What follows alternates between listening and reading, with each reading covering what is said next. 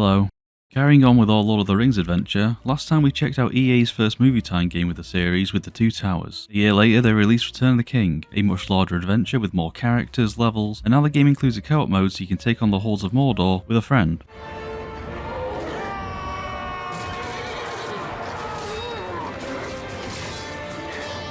The game opens from where the last game left off, with the Battle of Helm's Deep. However, this time we take control of Gandalf fighting through the armies of Saruman at dawn. This is the game's tutorial and teaches us the game's combat mechanics. If you've played the previous game, you'll be right at home here. Everything is pretty much how it was. Light attack, heavy attack, blocking, ground finishing, it's all here. The new mechanics are more so to do with interacting with the game's environment. Picking up spears and firing off giant crossbows to defeat enemies is something you'll be doing a lot throughout the game, and a lot of the time it's really fun to do so. The game still does the neat thing of transitioning from movie cinematics to in-game cinematics as well. Once you've completed the tutorial level, the game opens up with 3 paths to choose from, rather than a linear path. Path of the King follows Aragorn, Legolas and Gimli's adventure, Path of the Hobbit follows Frodo and Sam, and Path of the Wizard follows Gandalf. Most of the time you must complete all 3 levels for each path before you can progress on to the next set. Like the previous game, you can't replay the same levels with the same characters until you beat the entire game. Each path contains 3 levels, with the final 2 levels of the game being the finale of the story. With more paths comes more characters. You don't just have the trio to play as this time around, now you can adventure through Middle-earth with Sam, Frodo and Gandalf, as well as Merry, Pippin and Faramir, who unlock once you've beaten the story. The core gameplay is going to feel very similar if you've played the first game. Light attacks are for unshielded enemies, heavy attacks are to crack open shields, but now everything just feels better. The game does throw some new health bar enemies at you, who require a few heavy attacks or charged range attacks to break their armor off to be able to attack them without bouncing off. Or you can utilise the game's new system of interacting with objects in the environment. You'll be able to pick up spears, and these are the most reliable way to take down any enemy in a single blow. You can also pour hot lava from pots or fire giant explosive crossbows. While fighting, you'll be earning a rating on your kills depending on how well you're stringing kills and moves together. The higher the rating, the higher the XP gain. If you're good enough, you'll enter perfect mode, which grants you a perfect kill and an increase on your damage. Very worth going for and satisfying to enter. You use your XP gain and levels you earn throughout the levels after each mission to buy new abilities and combos. This time around, since we have a lot more characters, the game allows you to buy fellowship skills. So rather than buying one skill for one character, you can now buy it for everyone at an increased price. Most of the time it does just seem worth buying the fellowship skills, as it's always useful to have everything for everyone. The other characters can't use those abilities until they've reached that required level, so it's not just an easy skip for every character, but it's useful to have them ready. The combat itself feels more satisfying and punchy this time around. In the previous game it felt okay, but it was very floaty and some obvious hits missing. The animations are also very good, very flashy and just makes combat feel better. Sound effects are a lot more weighty too, sounds like you're clobbing evildoers with big swords.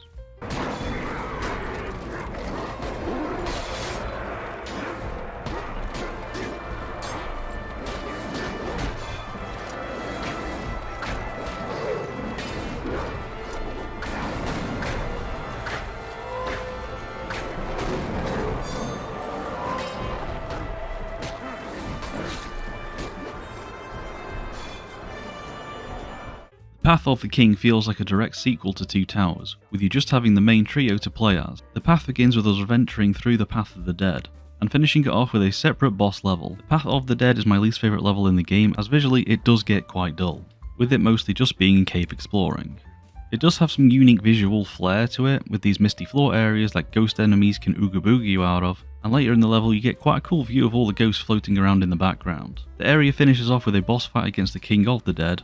Compared to previous games, the few boss fights that are here are a lot tougher than before. They hit a lot harder and they have a boatload more health. The level ends with quite a cinematic escape sequence fighting your way out of a crumbling tomb.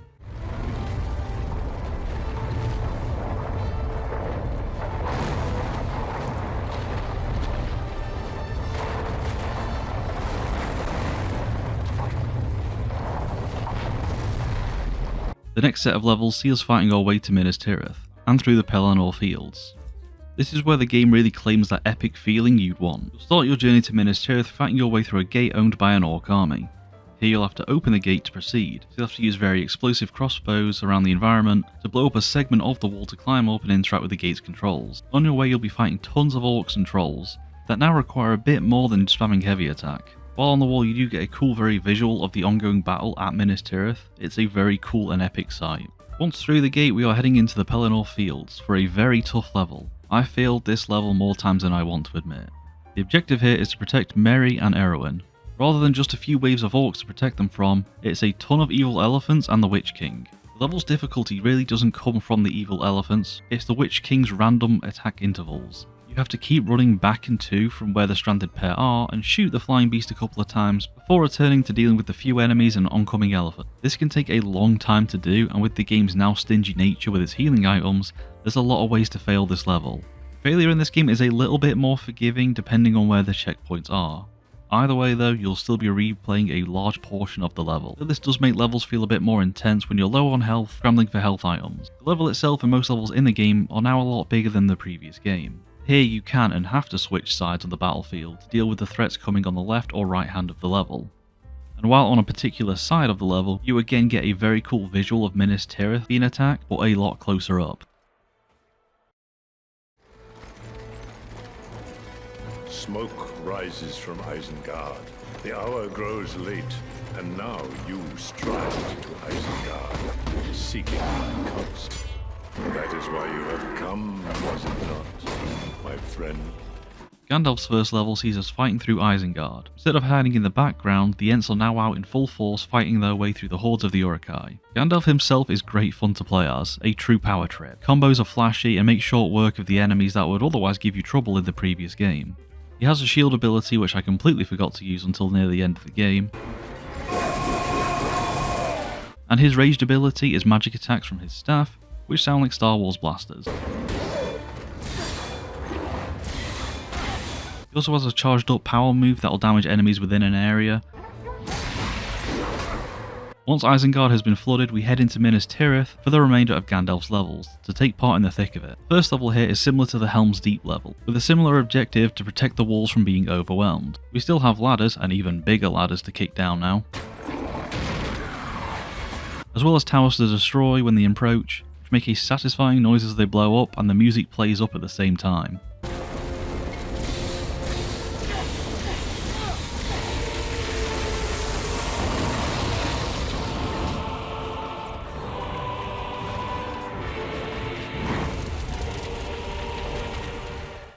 Music, which is great, is again just taken from the movies, but it's not remotely a bad thing. Just adds a great vibe to the overall game.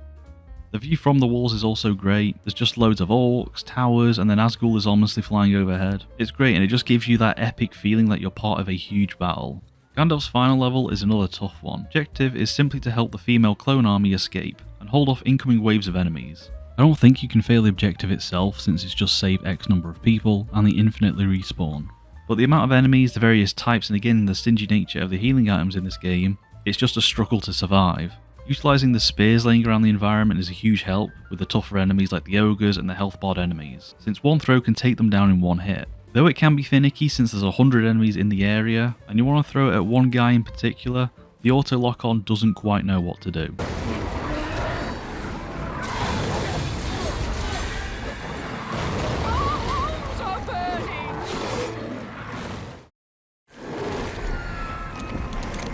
Come on, hobbits. Long way to go yet. Smeagol will show you the way. Follow me. In the Path of the Hobbits, you can only play as Sam since, obviously for story reasons later on, Frodo is absent. The first level of the Hobbits takes us on an escape out of Osgiliath. The first level is equally as epic as the previous two paths takes us through, with the whole city being overwhelmed by orcs. Frodo and Sam both have the ability to hide themselves though. I never use this. I don't know if you're meant to go for a more stealthy approach, but Samwise is an absolute unit in this game, so I just took down every orc in my path. The objective gets a bit tight here if you're caught up in fighting, as you need to keep undercover as the Nazgul flies overhead trying to find you. Once you've escaped the city, it takes you through a couple levels with Sam rescuing Frodo, the first being Shelob's lair, which I must say is there with the Path of the Dead as a low point level wise, because it's just a cave with loads of spiders in it, and the spiders themselves have an absolute colossal health bar. It does have some unique mechanics with throwing torches into groups of smaller spiders to make a pathway, and even using torches to set off traps to wipe out larger groups of enemies, but the constant spider show is very tiring. The boss against Shelob is okay, it's just hit her until she runs away and throws even more spiders at you. It's okay, but it does get very tiring.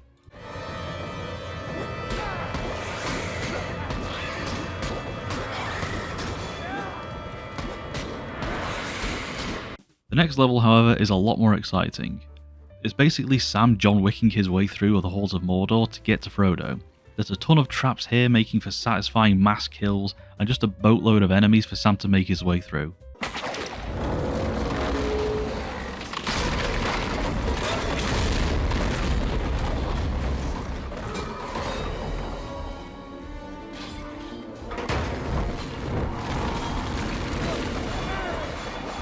Find a way to use that against them.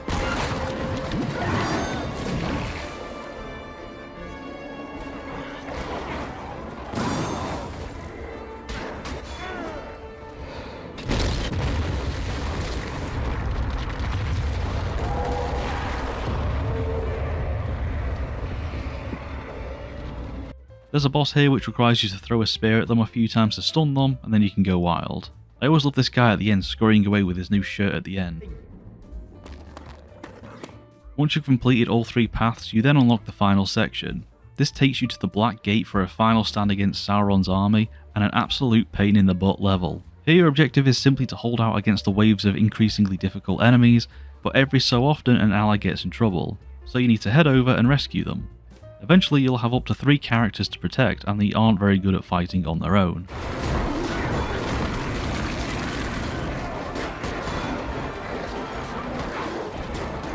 This level just requires you to be absolutely on top of protecting these guys, sending off traps, and utilising the environment's weapons to deal with foes quickly. It gets super tough with the overwhelming amount of enemies that end up being on top of you and your allies. Surviving that hellhole, the final battle is upon us. The final level of the game is a boss fight playing as Frodo against Gollum. It always takes me a moment to figure out what you're meant to do here, as you need to trick this little shit into going near the edge and push him off. Rinse repeat until he falls. Throughout the fight the platform gets smaller and more chaotic. The precious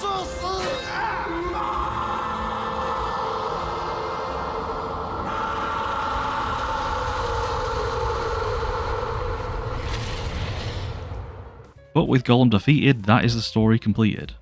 With the game now complete, you'll be able to replay the game's levels with any character of your choosing, including newly unlocked characters like Merry, Pippin and Faramir.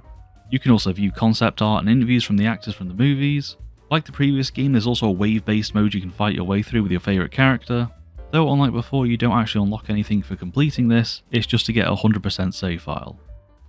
Return of the King is definitely a step up from Two Towers. Much bigger in scale, more characters, and co-op. The game has a ton of replayability. I always have a great time returning to these, and they were favourites of my younger days. Like Two Towers, it's easy enough to find this one for consoles or even a PC version. If you like Lord of the Rings, you've either played them already. If not, I do highly recommend giving them a try. So thank you for watching, and I will see you next time.